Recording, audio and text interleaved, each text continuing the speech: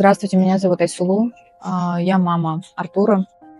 Наверняка многие уже из вас видели в соцсетях видео, где мужчина, взрослый мужчина 34 лет по имени зверски и жестоко избивает моего сына.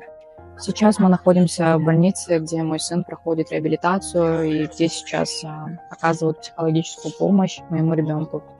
На данный момент идет несправедливая клевета в наш адрес, что якобы мой 7-летний сын спровоцировал взрослого человека напасть на него, на беззащитного ребенка.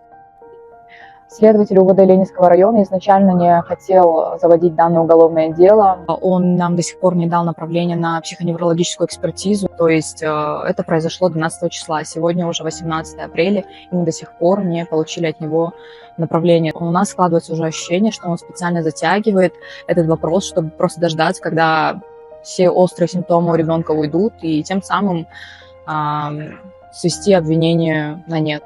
Также немаловажно, что они завели это уголовное дело по статье хулиганства.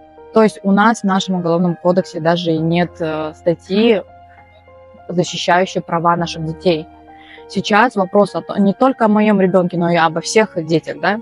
И сейчас нас возмущает тот момент, что какой-то незнакомый взрослый мужчина может подойти, ударить, жестоко напасть на беззащитного ребенка. И в данном случае, то есть ему грозит всего лишь штраф минимально в размере 20 тысяч, максимум 50 тысяч сом. Мы сейчас обращаемся непосредственно к властям, да, чтобы они пересмотрели Уголовный кодекс Кыргызской Республики, где будут защищаться права наших детей, где будет выбрана мера по отношению к таким людям, которые просто совершают насилие над детьми.